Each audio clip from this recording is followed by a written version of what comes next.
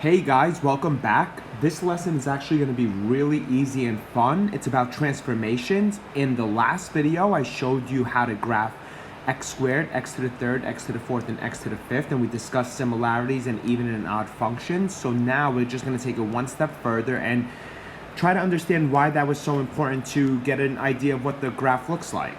Okay, so I have these four graphs: x squared plus 3, x to the third minus 5, x minus 1 quantity to the fourth, and x plus 2 quantity to the fifth. I want you to name the parent graph and discuss the transformation that took place in each function, and then make a rough sketch. Well, our parent graph is always going to be the graph that has nothing added or subtracted from it. It's just going to be x squared in this case, or g of x equal x to the third, or h of x is equal to x to the fourth, or k of x is equal to x to the fifth. Notice there's no plus or minus anywhere near it. You can have tons of different types of parent graph. One famous one is the square root of x. Another famous one is the absolute value of x. Another one is x to the 2/3. Okay, as long as we do not have a plus or minus around it, we're good to go. So what about these pluses or minuses that are by that side? The plus 3, the minus 5, the minus 1, the plus 2. What happens? Well, in this case here, I want us to first begin by reminding us the parent graph is x squared, which means at 0, you get 0, at 1, you get 1, at -1, you get 1 as well, and you keep going. So this is a rough sketch, okay? Now what happens here is this plus 3, let me get a different color. This plus 3 tells you that you are going to move every single point 3 units up, which means 0, 0 now goes 1, 2, 3, and now becomes 0, 3. And 1, 1 now becomes, from here we're going to move 1, 2, 3 up. So it becomes now 1, 4. And -1, 1 becomes -1, 4, and so on. So this is just a vertical shift 3 units up. Notice what happened. Your x's stayed the same, but your y's changed by 3 units. So that's the effect that plus 3 has on the outside. The next one below, we're going to say the parent graph is x to the third. So we have 0, 0, 1, 1, -1, -1, and it goes like this. Okay? What happens now? Well, everything gets shifted 5 units down. That's what this does. It takes 5 units down. Do not say -5 units down. The down part is the negative. So we're going to go here. We're going to go 1, 2, 3, 4, 5.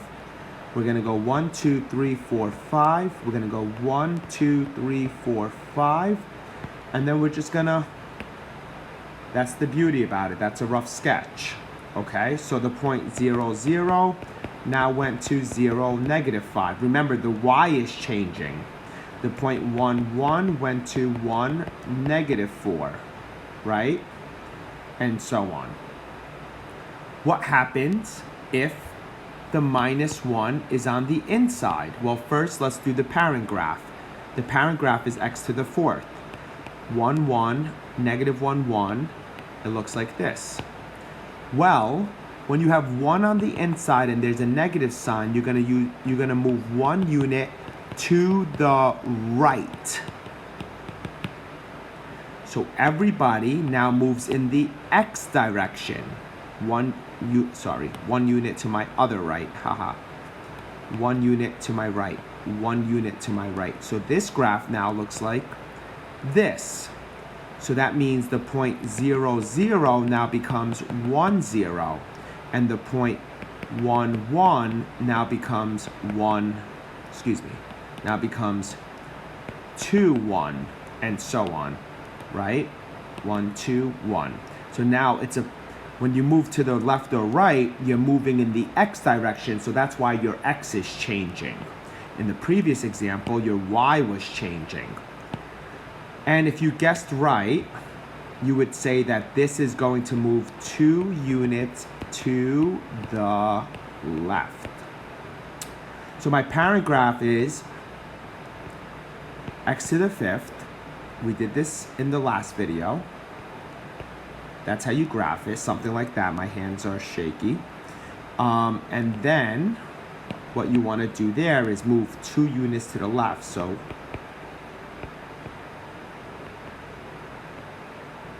and then you go like that.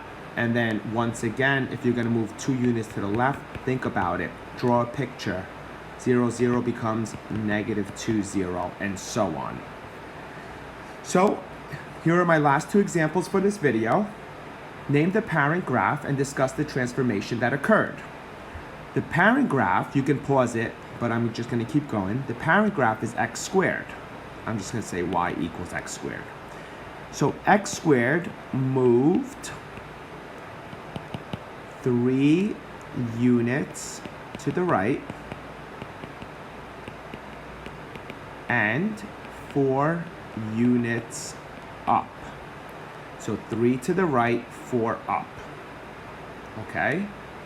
So that means you would take your 0, 0 vertex, and now it becomes 3, 4. And the last one here, I'm going to take my parent graph x to the 5th, move 7 units down, 4 units left. This negative, I think you guys will recall from Algebra 2, says reflect in x-axis, which means that you're going to flip the graph over the x-axis, okay? So you can pause the video and take a look at all these different transformations that we discussed. If it's outside and it's a plus, it goes up, down, left, right, flip over the x-axis.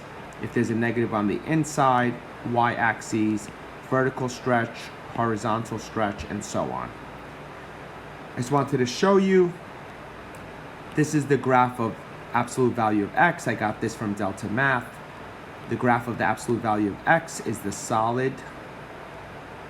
Which function represents? All you have to do is take a look here and see how you got there. You moved, so let me take that off. You moved 1, 2, 3, 4, 5 to the right. And then you moved 1, 2, 3 down. 5 to the right means take the absolute value, and 5 to the right means negative, and then 3 down means negative. So we're going to be looking for this answer here. Okay? And that's pretty much my lesson on transformations. Have a great